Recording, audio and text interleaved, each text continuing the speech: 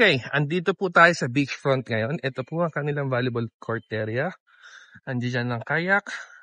Ito kanilang beach side. Tapos, andito sa likod ang restaurant and yung entrance sa boat ride. Meron silang boat ride at island hopping tours. Meron silang may kayak. May mga activities din sila rito. Ito po ang isang malupit na divers na si Kuya Raymart. Hello Yan. po. At dito na po tayo. Review naman natin ngayon ang kanilang restroom. Ito po may mga beanbags. They have this public shower area here. Then, pasok tayo sa restroom. Ito naman ang restroom ng female. So, hotel feels. You can see this. They got blower, utensils, hand wash. So, almost the same. And then, try natin open na sa restroom. Ang shower room, sorry. Ang shower room nila. Very nice. Complete amenities. Meron din silang shower area na rainfall shower. Kompleto rin sila sa shampoo, conditioner, and body wash. Yan. Rainbow. So, napakalaki na kanilang area for shower room.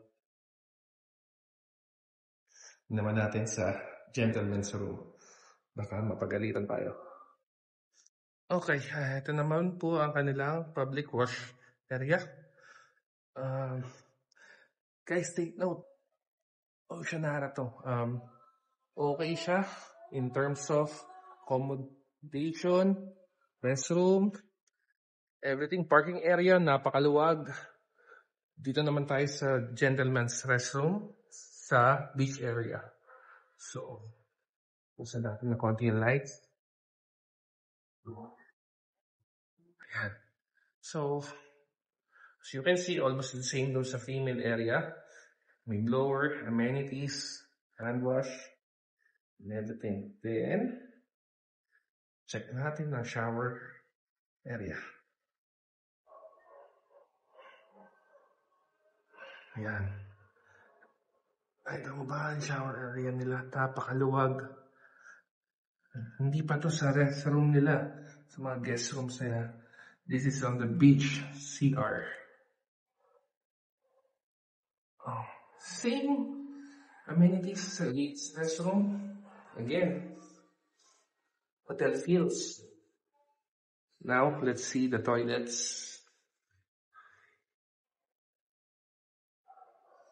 Very clean. That's nice. Complete amenities with... Okay, ito yung toilet nila.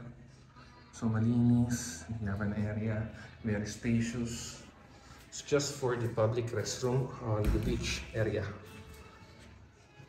Ito, yung second toilet nila. Of course, men's favorite place, the pissing bowl. Nice. Let's go back to the amenities outside.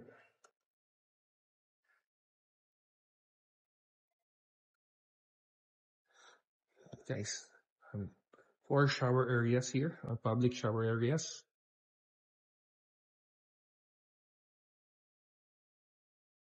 You can chill, relax here.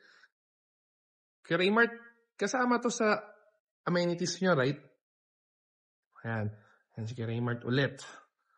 Siya yung magsasabi sa inyo. Siya ang hanapin nyo, napakabait nitong taon to.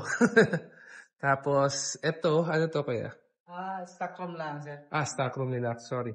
Then, ito yung chill bar, pwede silang magstay dito. Hanggang anong oras pwedeng gamitin tong area na to? Siguro mga 6, sir. Until 6 p.m. Sa mga day tour lang. Sa day tour. Pero kung naka-check-in ka naman, pwede mo gamitin Apo. anytime. Anytime po.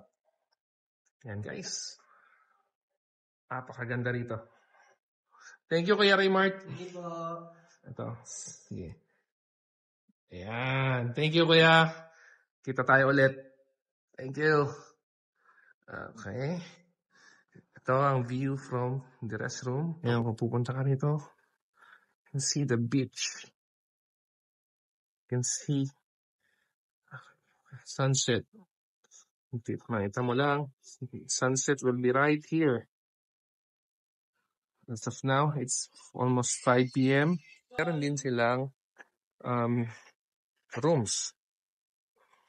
Ayan. Guys, medyo mababa lang dyan. Pwede kayo magtampisaw. You can swim with your kids. Others without worrying. May mga life vests din silang pinapahiram. So, very cozy.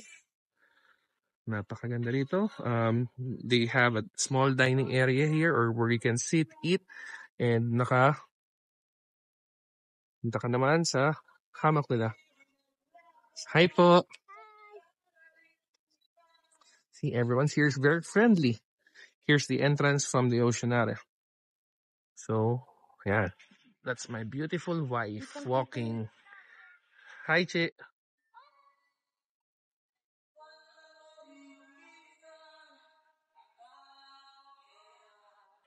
Uwi ka na. Break lang. Break.